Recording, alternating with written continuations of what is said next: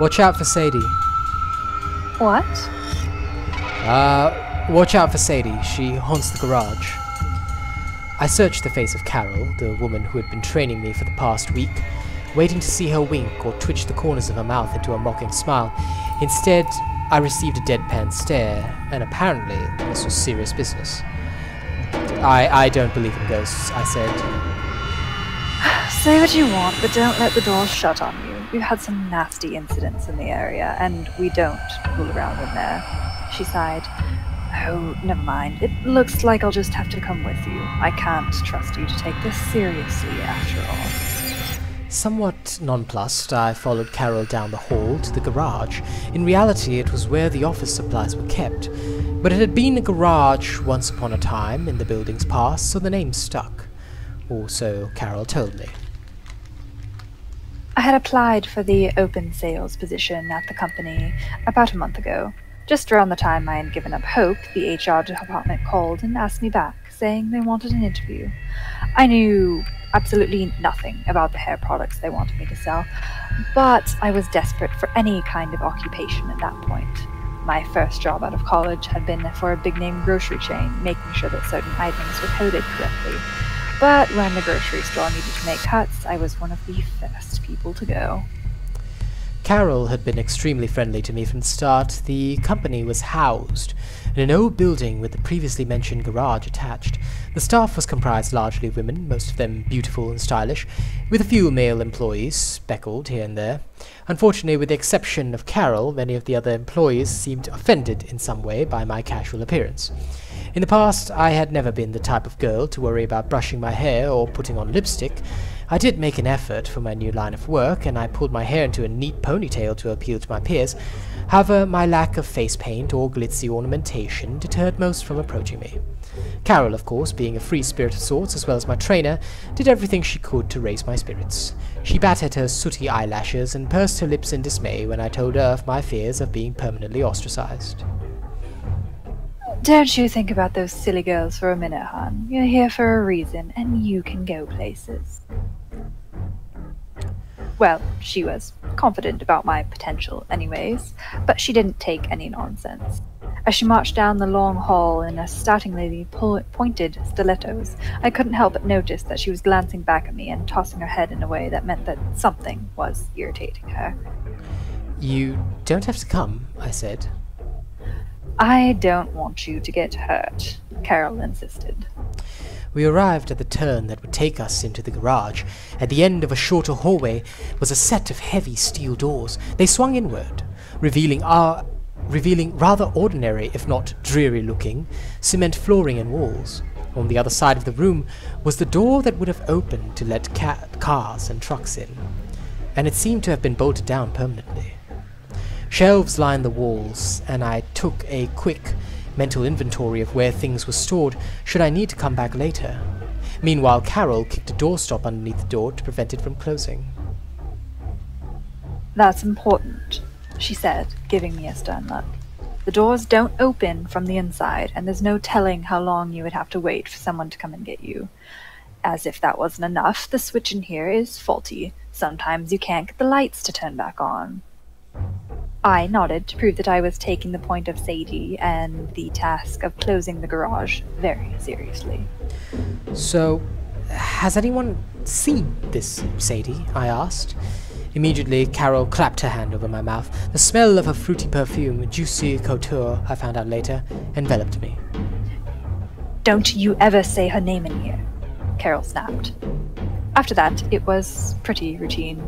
Carol showed where the light switch was on the far wall. She flicked it down, and even with the door open on the other side, I felt a small tingle of fear creep up my spine.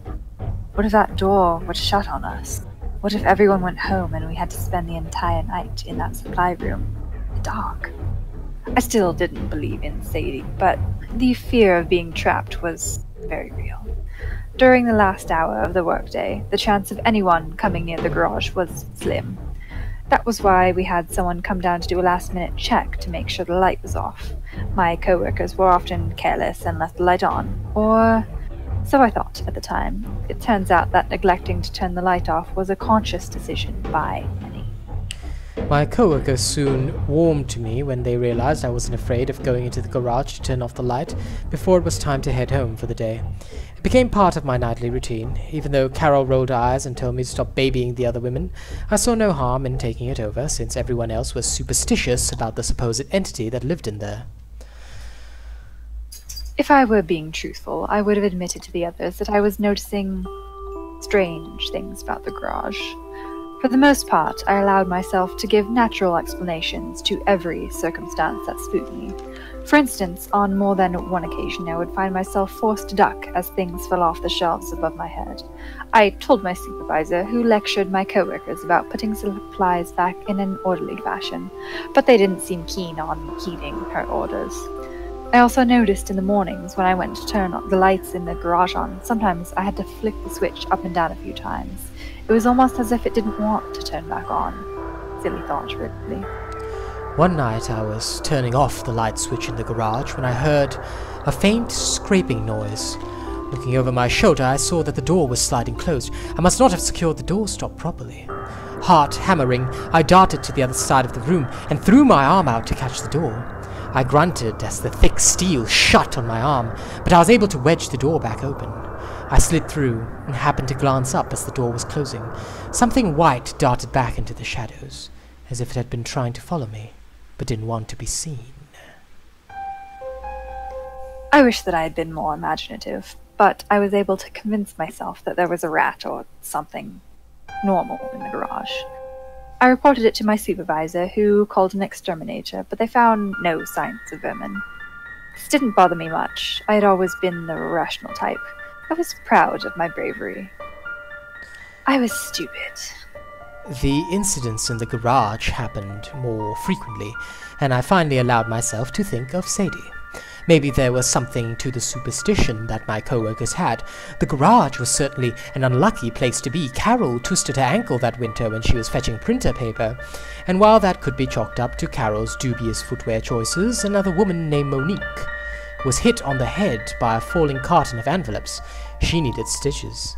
The sales department also seemed to have a high turnover rate. Every other week we had somebody leaving who needed to be replaced. These incidents worried me a little, but not enough to cause me any true fear. I was doing great at selling, and my supervisor was talking about cross-training me in other departments. Then, after the new year had come and gone, I received proof of the warnings that Carol had given me when I was first hired. I was caught off guard, I admit, because my coworkers had taken over the task of closing the garage for 2 weeks while I trained in the accounting department.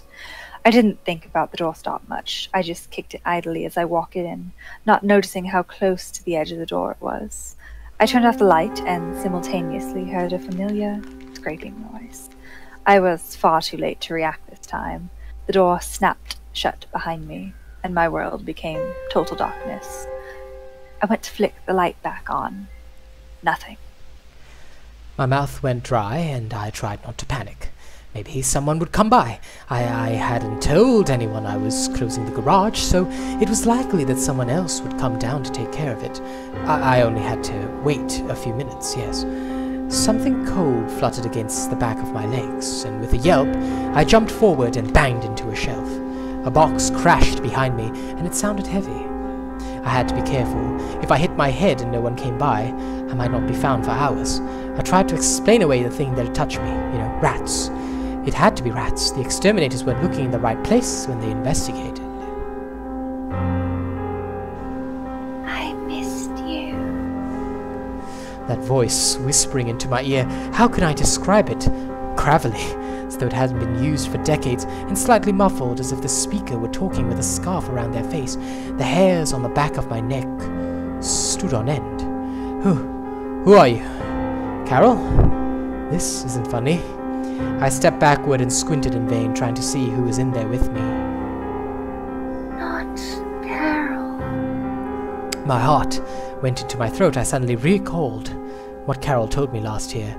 She mentioned all the nasty incidents that had happened in this garage, and I never thought to ask about them. I couldn't breathe. Stop it, I whispered. Stop it right now. Come into the dark with me. Come into the damp and dark. Nice. If Carol hadn't opened the garage door then, I'm not sure what would have happened to me. Suddenly, the blinding light of the hallway was pouring in. I recall abruptly being face to face with two dark holes set deep into taut and colorless skin, and the terrible, inhumanely wide grin inches from my nose. I also got the impression of long, stringy black hair. I'd always thought that ghosts were transparent, but this one seemed very, very solid.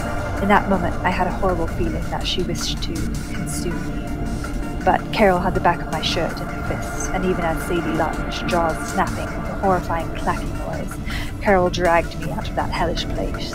She yanked the door shut behind us, and we collapsed, gasping on the floor. My eyes were glued to the gap beneath the door, where pale fingers with long and cracked nails scrabbled madly for a few moments, and then retreated. Perhaps I was seeing things, but they looked as though they were fading, like smoke dispersing through the air. I quit the next day, and I'm still looking for a new job. But I think it's important to take my time. Carol and I meet occasionally for coffee. None of us likes to speak about that day. I'm not sure how much she saw, but we share a strange bond between us. I as the survivor, and she as the rescuer. I contacted some of the other women who used to work for that company. Few wanted to speak to me about Sadie, but I did learn some important facts. Sadie has only gone after people who turned out the lights, and she has a special attraction to those who know her name. I sleep with the lights on in my apartment now, and I don't go out at night. I know that Sadie has been in that garage for a long time, but I can't help feeling that she wanted to follow me. Sometimes when I step out of a room, I imagine, or think that I imagine, the sound of her scraping those long fingernails down the walls. Occasionally I would find that the objects I place on my kitchen table have fallen to the floor while my back was turned. I might just be psyching myself out. If Sadie did follow me home, why would she be taking so long to finish me off? Maybe she's just waiting for me to turn out the lights.